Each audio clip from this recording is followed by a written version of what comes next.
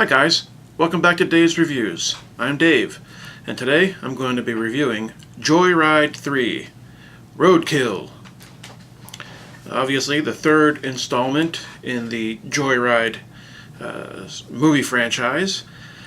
This one, if you've seen the first two, well then you sort of know what to expect out of the third one. For those of you who haven't seen them, basically it's a horror franchise that follows a mysterious psychopathic truck driver who happens to kill just about pretty much anybody he comes across. The original Joyride was released in 2001, and that one was actually pretty decent. It was written by J.J. Abrams. It stars the late Paul Walker, and it was actually a pretty decent movie. Joyride 2, Joyride 3, they've fallen quite heavily quite far from where that first one, that plateau. Number 3, it was directed by Declan O'Brien, who, interestingly enough, also directed a few of the later Wrong Turn movies. And I'm saying it's interestingly enough because while we were watching Joyride, my wife and I had mentioned to her, I said, you know what would have really made this thing cool is there was one scene where a character was walking out into the middle of the woods. I said, you know what would really be cool is if the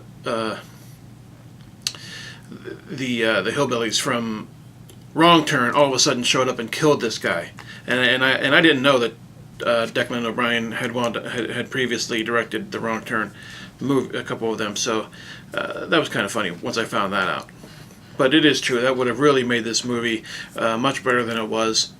As for the movie, it's pretty much standard horror movie fare these days. The story was pretty much non-existent. It was just a pack of kids who happens to upset the psychopathic truck driver, and the truck driver his name's Rusty Nail. He's just bent on revenge and killing anybody who comes across his path. As a horror movie, not many scares. There's a lot of blood in the movie. It's bloody. There's some pretty creative kills. But no scares. The scares are pretty much non-existent. I think at some point when the movies go from having protagonists that you can care about to having protagonists who are more or less jerks, the movies don't become scary anymore because you almost root for the killer to kill these jerks. That's just the way it goes, and that's how I felt about Joyride 3. I couldn't wait for Rusty Nail to kill half of these people, They're horrible people.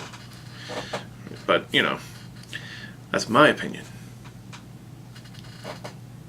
What would I give Joyride 3? I give Joyride 3 2.5 stars. Some of the stunts were kind of impressive. Some of the stunts with on top of the truck and stuff like that, pretty impressive. The cinematography was kind of neat in certain areas, but story-wise, it was pretty much just run-of-the-mill, straightforward. You knew where it was going, and you pretty much knew how it was going to end. So 2.5 stars out of 5 for Joyride 3, Roadkill. Thanks for watching, and I'll see you next time.